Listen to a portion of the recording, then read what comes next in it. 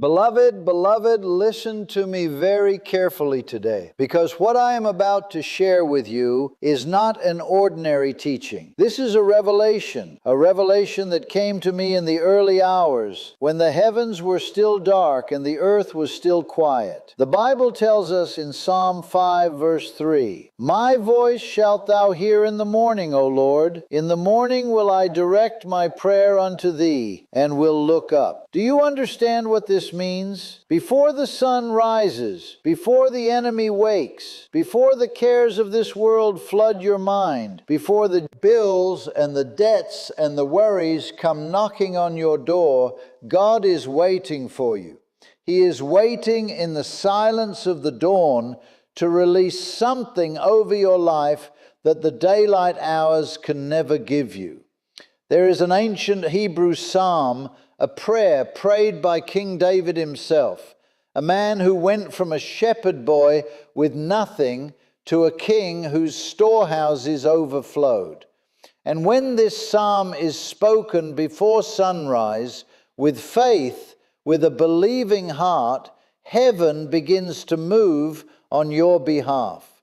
Financial blessing does not fall on the lazy or the doubtful. It falls on those who position themselves in the secret place, in the quiet hour, and cry out to the God who owns the cattle on 1,000 hills. Today, I'm going to teach you this psalm. I'm going to show you how to pray it. And I promise you, if you receive this word into your spirit, your financial breakthrough is closer than you think. The Hebrew Psalm, Psalm 112 to 1G3. Praise ye the Lord. Blessed is the man that feareth the Lord, that delighteth greatly in his commandments. His seed shall be mighty upon earth. The generation of the upright shall be blessed. Wealth and riches shall be in his house, and his righteousness endureth forever. Beloved, there is something holy, something almost beyond this world about the hour before the sun rises. I want you to think about this with me for a moment. In this hour, the streets outside your window are empty. The cars are not honking. The children are not yet crying for breakfast. The phone that normally buzzes 40, 50, 60 times a day with messages and notifications and demands from this world, it is silent. The television is off. The radio is off. The noise of business, the noise of politics, the noise of every voice trying to pull your attention in 1,000 directions. All of it is silent. And in that silence, beloved, something happens that cannot happen at any other hour of the day. God is not competing for your attention in the hour before dawn. He does not have to shout over the television. He does not have to compete with your boss calling you, with your children needing you, with the endless scroll of your phone pulling your eyes downward instead of upward. In the hour before sunrise, when the world has not yet demanded anything from you, God has your full and undivided attention. And beloved, I tell you, that is exactly where He wants you. Look at what David said. David, the shepherd boy who became a king, the man after God's own heart, the man whose storehouses overflowed with wealth and whose kingdom expanded beyond anything he could have imagined when he was tending sheep in the field. David said, "My voice shalt thou hear in the morning, O Lord. In the morning will I direct my prayer unto thee, and will look up." Notice, beloved, he did not say, "In the evening, when I am tired, when I have nothing left to give, I will offer God my leftovers." No, he said, "In the morning." He gave God his first, his freshest, his most alert hour. He gave God the hour before anyone else could get to him. This is a principle that so many believers have missed, and it has cost them their breakthrough. You see, whoever gets to you first in the morning shapes the rest of your day. If your phone gets to you first, if the first thing you do when you open your eyes is check your messages, check your bank account, check the news, then you have allowed the world to set the tone of your entire day, your entire week, your entire year. But if God gets to you first, if before your feet even touch the floor, you turn your heart toward heaven and you speak His word, then you have allowed the Creator of heaven and earth to set the tone of your life. Beloved, when you become someone's first thought, you know what happens? They move heaven and earth for you. Think about it. When someone thinks of you first thing in the morning before anyone else, you know that you matter to them. You know that you hold a special place in their heart. How much more, beloved, how much more will the God of heaven, the God who spoke galaxies into existence, the God who owns the cattle on 1,000 hills, the God who has more resources than every bank and every government and every corporation on the face of this earth combined, how much more will He move on your behalf when you make Him your first thought, your first word, your first act of the day? This is why I am teaching you to speak this psalm before sunrise. It is not a magic formula. It is not a superstition. It is a positioning of your heart. When you rise while it is still dark and you speak the words of this ancient Hebrew prayer, you are declaring to heaven, Lord, you are not an afterthought in my life. You are not something I turn to only when everything else has failed me. You are my first thought, my first word, my first act. And heaven responds to that kind of devotion. I have seen this in my own life and ministry. Beloved, the greatest breakthroughs, the greatest financial miracles, the greatest turnarounds I have witnessed, they did not happen because someone prayed a long prayer in the middle of the afternoon between meetings. They happened because someone got desperate enough, hungry enough, determined enough to rise before the sun and meet God in the secret place. There is an intimacy available in that hour that simply cannot be repeated at any other time of day. The distractions are gone. The excuses are gone. It is just you and your Maker. And in that sacred meeting place, financial mountains begin to move. Think about the enemy's strategy, beloved. The enemy does not want you to discover the power of the early hour. He will do everything he can to keep you in bed, to keep you scrolling on your phone at midnight so that you oversleep, to convince you that sleep is more valuable than seeking the face of God. But I am here to tell you, every hour of sleep you sacrifice to seek God in the morning, He will pay back to you in blessing that money cannot buy. He will give you clarity for your business decisions. He will give you favor with people who hold the keys to your next opportunity. He will give you ideas in that quiet hour that will become the very ideas that unlock the financial breakthrough you have been waiting for. So, beloved, before the sun rises tomorrow, I want you to set your alarm. I want you to rise while the world is still sleeping. I want you to find a quiet place, your bedroom, your kitchen table, your car if that is all you have. And I want you to speak the words of this psalm over your life. Not rushed, not distracted, slowly, carefully, with faith rising in your heart as you speak. Because in that hour, beloved, heaven is listening in a way that it is not listening at any other hour of the day. And what you release in that sacred silence will echo into every area of your finances for the rest of this year.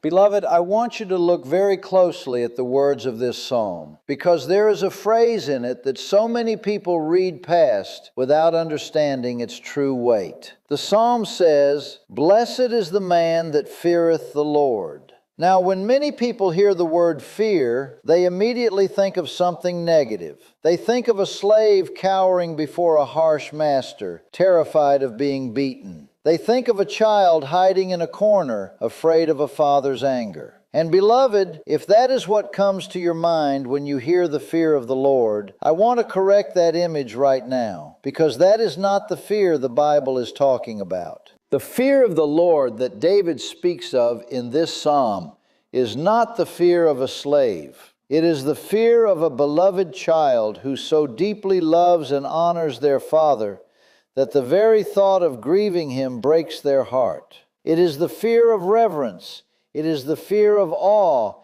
It is the fear that says, I stand in the presence of a holy and majestic God, and I will not treat him casually. I will not treat him as common. I will not walk into his presence with the same attitude I walk into a store or a restaurant. This is a heart posture, beloved.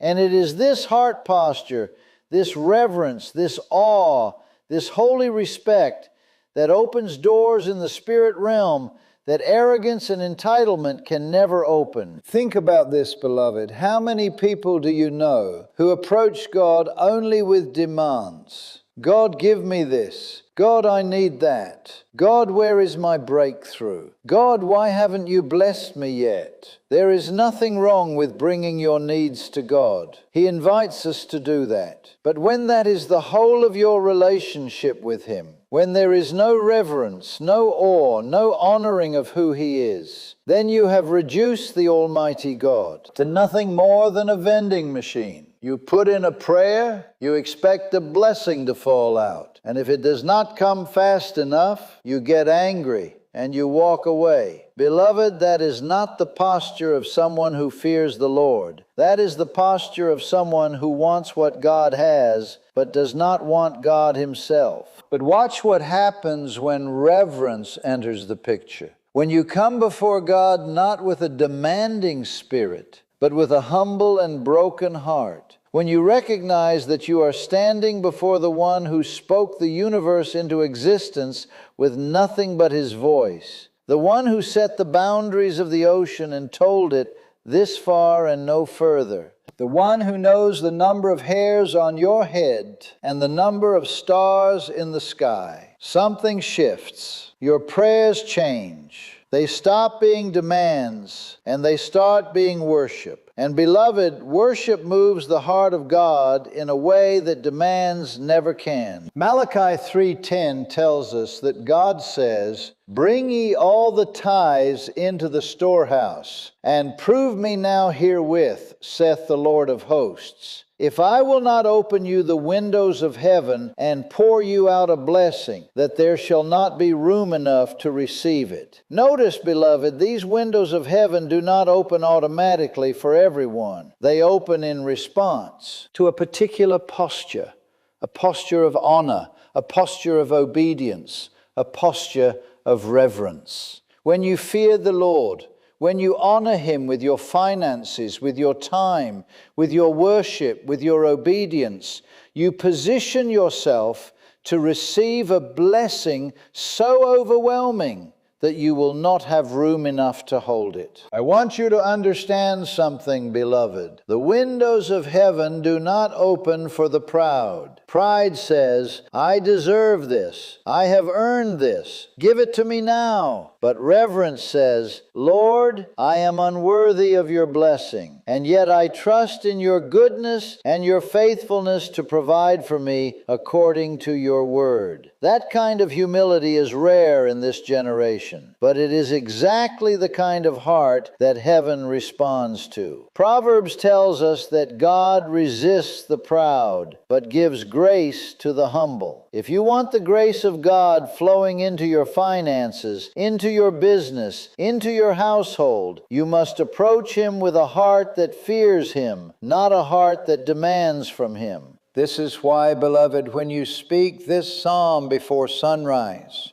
I want you to do it on your knees if your body allows it. I want you to lower yourself physically as a sign of what is happening in your spirit. There is something powerful about the posture of your body reflecting the posture of your heart. When you kneel before God in that quiet hour, you are saying, Lord, I am not equal to you. I am not demanding from you as though I have some kind of leverage over you. I am coming to you in humility, in awe, in reverence. And I trust that you, out of your great love, will move on my behalf. Beloved, this reverent fear is not meant to make you pull back from God. It is meant to draw you closer to Him. A child who reveres their father does not run away from him. They run toward Him. because they know that in His presence is safety, provision, and love.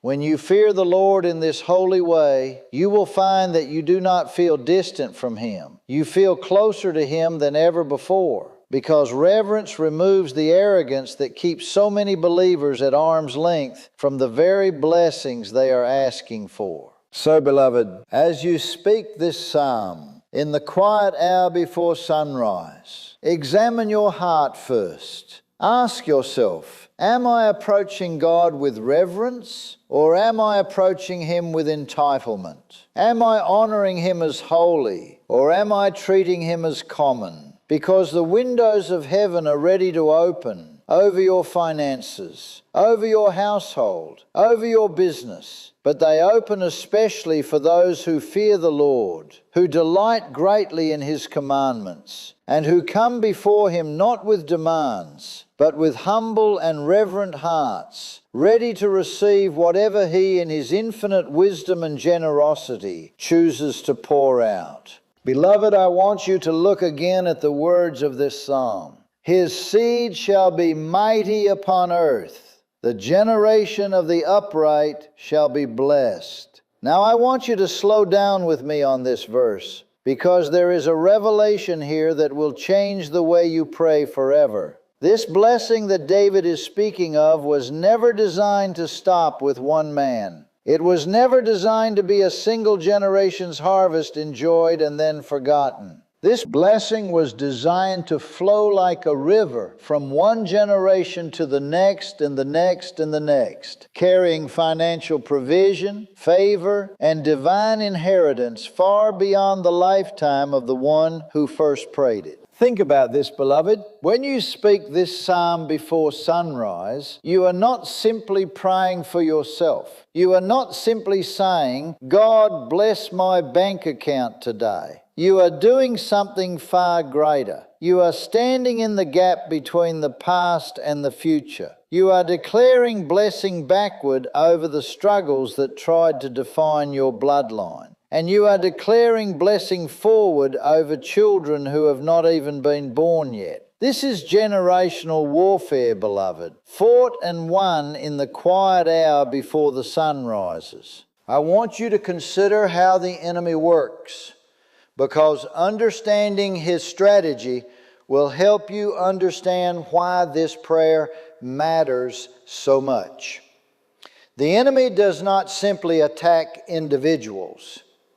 He attacks bloodlines.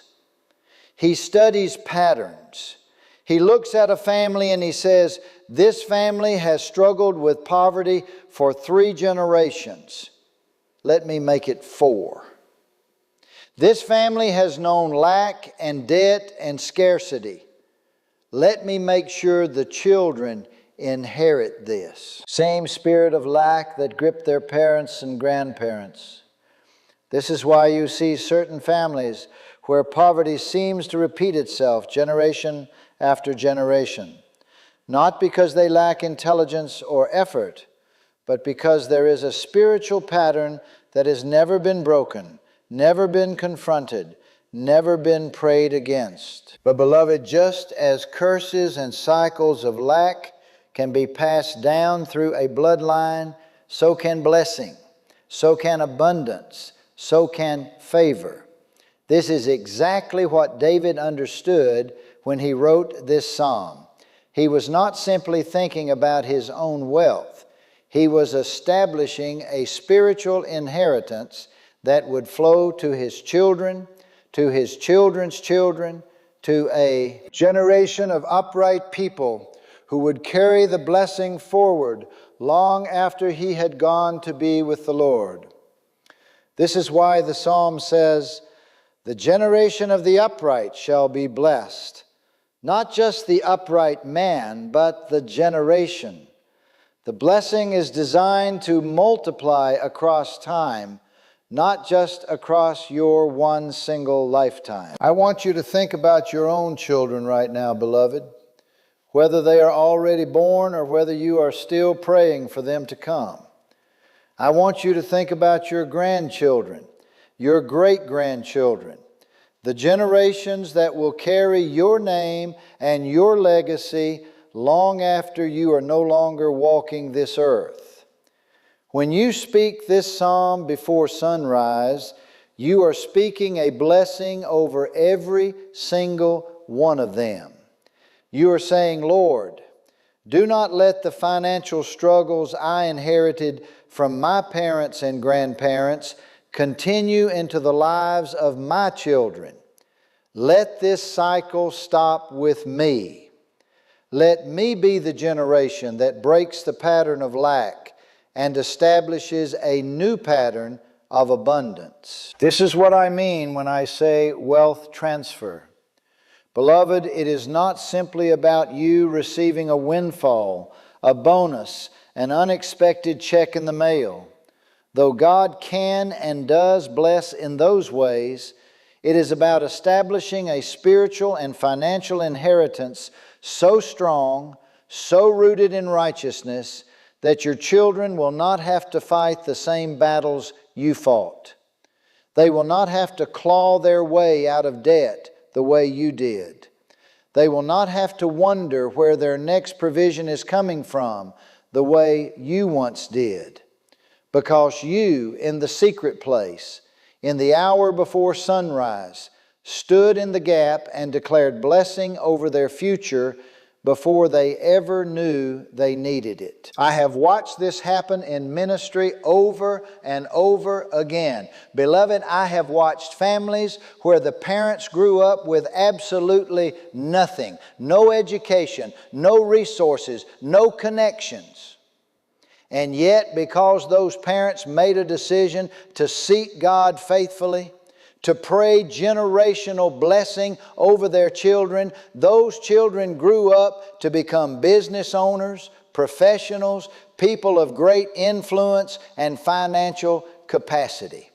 The seed of righteousness that was planted in the secret place before sunrise became a harvest that outlived the one who planted it. This is why, beloved, when you pray this psalm, I want you to speak the names of your children if you have them. I want you to speak the names of children you are still believing God for. I want you to declare, Lord, let my seed be mighty upon the earth. Let my generation be known as an upright generation, a generation that honors you, and therefore a generation that is blessed in every area, spiritually, relationally, and yes, financially. Do not be shy about declaring financial blessing over your children. Beloved, the Bible does not treat wealth as evil when it flows from righteousness. It treats it as an inheritance, a tool, a resource that a righteous generation can use to further the kingdom of God and to bless others. Beloved, understand that what you do in the secret place, in that quiet hour before the sun rises, is not limited to that hour. It ripples outward. It reaches forward in time to touch people you have not even met yet. Your grandchildren, your great-grandchildren, generations who will one day look back and recognize that their financial stability, their opportunities, their freedom from the cycles of lack that gripped their ancestors began with someone who was willing to wake up before dawn and speak an ancient Hebrew psalm in faith over a family line that God was about to transform forever. Beloved, I want you to look very closely at the closing words of this psalm, because they contain a distinction that so many people in this world have never understood. A distinction that once you grasp it, will completely change the way you pursue wealth for the rest of your life. The psalm says, "Wealth and riches shall be in his house, and his righteousness endureth forever." Notice, beloved, these two things are placed side by side. Wealth and riches on one hand, and righteousness on the other. They are connected. They are not separate. And this connection is the key to understanding why some wealth lasts for generations, while other wealth vanishes as quickly as it came. Beloved, there are two kinds of wealth in this world. And I want to make sure you can tell the difference between them, because your financial future depends on it. There is wealth that comes through the world's ways, through shortcuts, through fraud, through greed, through stepping over other people to climb higher, through gambling, through schemes that promise overnight riches. And then there is wealth that comes through righteousness, wealth that flows from a heart aligned with God, from diligence, from integrity, from wisdom, from obedience to biblical principles of stewardship and generosity. Beloved, these two kinds of wealth may look the same when you first receive them. A bank account full of money looks the same whether it came through righteousness or through wickedness. But I tell you, their endings are not the same.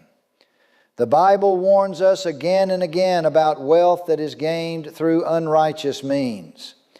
Proverbs tells us that wealth gotten by vanity shall be diminished, but he that gathereth by labor shall increase.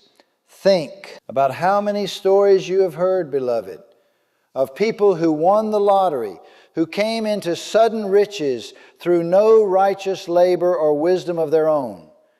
And within a few short years, that wealth was completely gone. Not just reduced, but gone entirely. And often their lives were left in worse condition than before they received the money. Why does this happen so often? Because wealth without righteousness has no root. It has no foundation. It is like a plant with no roots. It may spring up quickly, but it withers just as quickly because there is nothing underneath it to sustain it. But watch what happens with righteous wealth, beloved. When wealth flows from a heart that fears the Lord, from hands that work with integrity, from a life that honors God with tithes and offerings, from a spirit of generosity rather than greed, that wealth has roots. It has a foundation. And the Psalm tells us this foundation is nothing less than righteousness itself, which endureth forever. Beloved, when your wealth is connected to something eternal, something that cannot be shaken, something that does not depend on the stock market or the economy or the moods of other people, that wealth becomes stable in a way that worldly wealth can never be. I want you to understand, beloved, this is not a prosperity message that tells you wealth is your only goal or that money will solve every problem in your life. No, this is a message about the source and the character of your wealth. God is not simply interested in making you rich for the sake of being rich. He is interested in you becoming a righteous person whose righteousness naturally produces wealth as a byproduct, wealth that then becomes a tool in your hands to bless your family, to bless your church, to bless the poor, to advance the kingdom of God on this earth. This is why the Psalm connects wealth and riches with his house. Not just his bank account, but his entire household, his entire family structure, his entire sphere of influence. Righteous wealth does not just sit in an account collecting for one person's pleasure. It fills a house. It touches everyone connected to that house. It becomes a blessing that flows outward. Beloved, when you speak this psalm before sunrise, I want you to make a declaration in your heart that the wealth you are asking God for is wealth that will endure. Not a quick windfall that disappears within a year, but a lasting financial foundation built on the rock of righteousness. Ask God to purify your motives, even as you ask Him for provision. Ask Him, Lord, do not just give me money. Give me the righteousness that produces lasting wealth. Teach me to be diligent. Teach me to be generous. Teach me to be wise with what you entrust to me, so that what I receive does not just fill my pocket for a season, but fills my household for generations. I have seen this principle proven true again and again. Beloved, I have watched people who receive sudden wealth through worldly means lose everything within a matter of years. Their families torn apart, their peace destroyed, their name disgraced.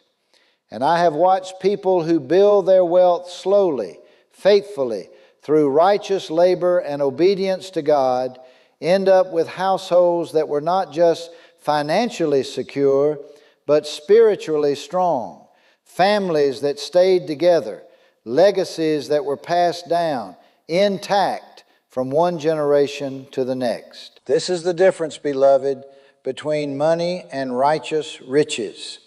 Money can be here today and gone tomorrow, but righteous riches, riches connected to a righteousness that endures forever, those riches build something that outlasts you.